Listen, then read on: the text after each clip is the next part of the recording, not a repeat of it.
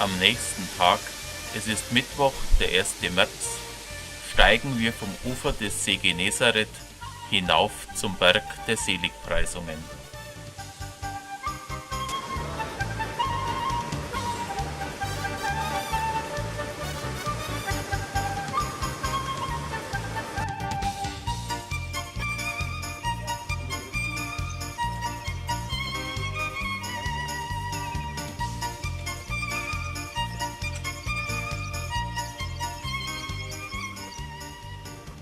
Als Jesus die vielen Menschen sah, stieg er auf einen Berg.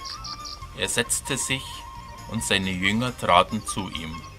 Dann begann er zu reden und lehrte sie.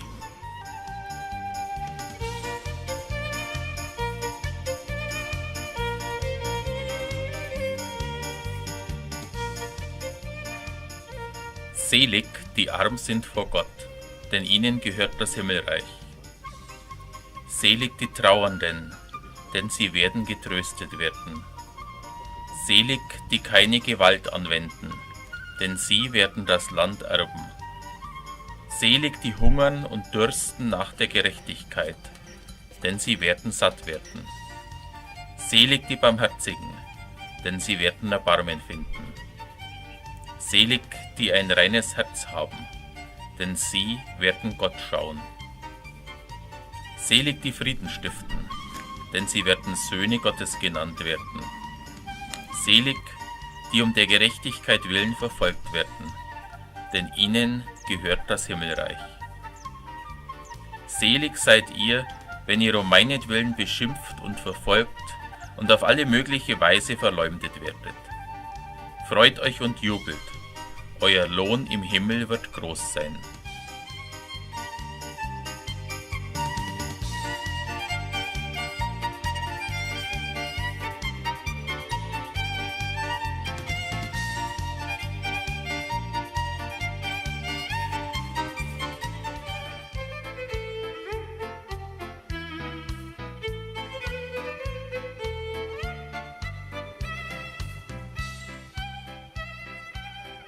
Im Hügel über Tabgha sieht die Tradition den Ort, wo Jesus die Bergpredigt hielt.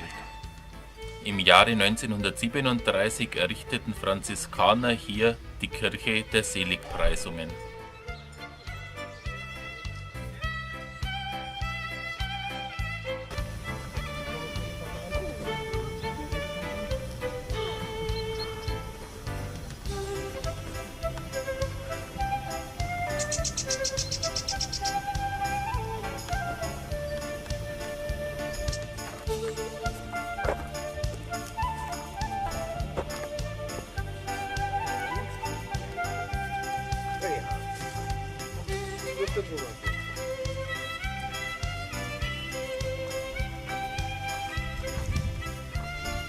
Die blauen Hauben sollen den Befall mit Schädlingen verhindern.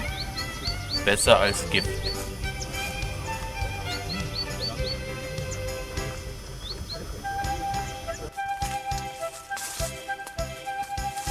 Nicht nur Bananen und Orangen, auch Pfirsich- und Litschibäume haben wir gesehen.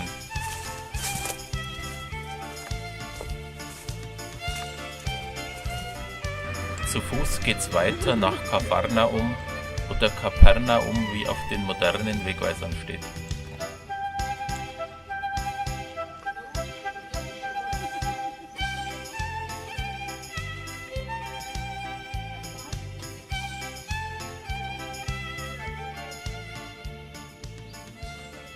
Etwa 3 Kilometer vom Einfluss des Jordan in den See Genezareth, an der belebten Straße nach Damaskus, lag die Stadt- und Zollstation Kapharnaum, auch Sitz römischer Militär- und Zivilbeamter.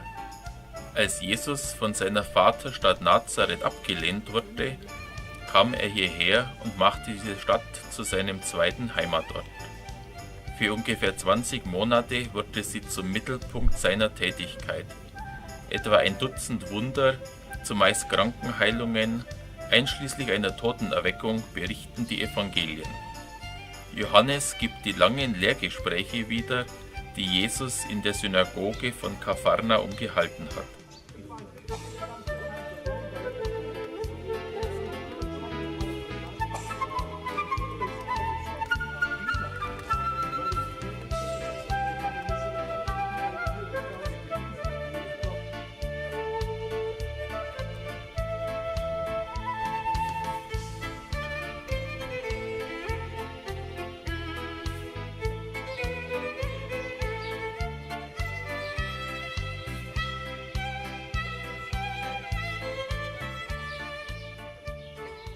Diese Mauerreste werden als das Haus des Petrus gedeutet. Auf Stelzen hat man eine moderne Kirche darüber gesetzt, durch deren Mitte man auf die Mauern hinabblicken kann.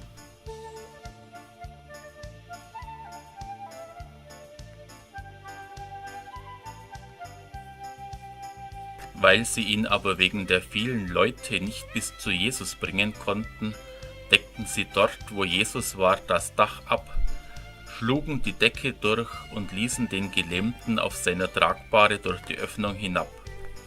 Als Jesus ihren Glauben sah, sagte er zu dem Gelähmten: Mein Sohn, deine Sünden sind dir vergeben.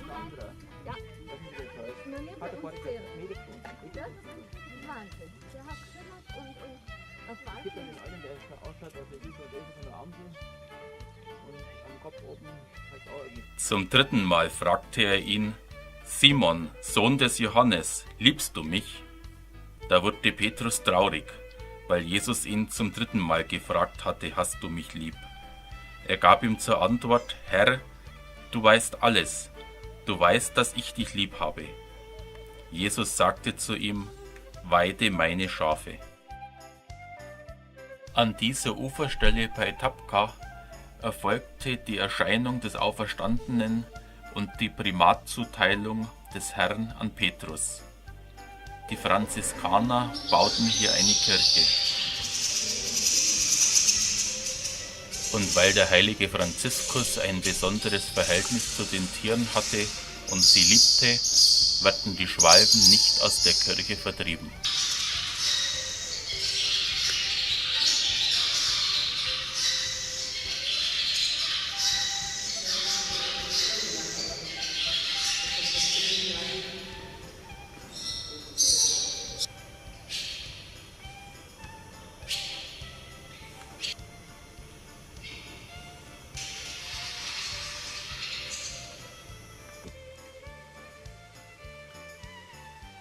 Der Name Tabqa kommt vom griechischen Wort Heptapegon und bedeutet Siebenquell. Tatsächlich entspringen hier warme Quellen, deren Wasser sich als kleiner Wasserfall in den See Genezareth ergießt. Auf dem Gelände von Tabqa wurden im 4.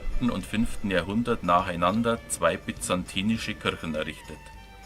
Im Jahre 1932 entdeckte man noch Überreste der Fundamente, darunter Mosaiken, die zu den besterhaltenen in ganz Israel gehören.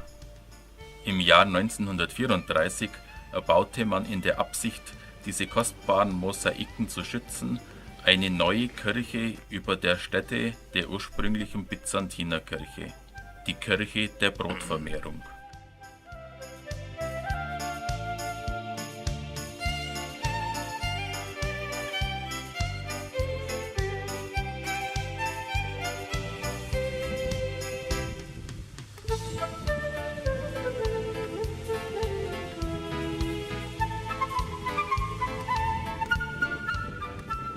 Hier am Ufer des Sees hatten wir unseren abendlichen Gottesdienst und bei der Rückkehr zum Pilgerhaus trafen wir auf diesen nächtlichen Wanderer.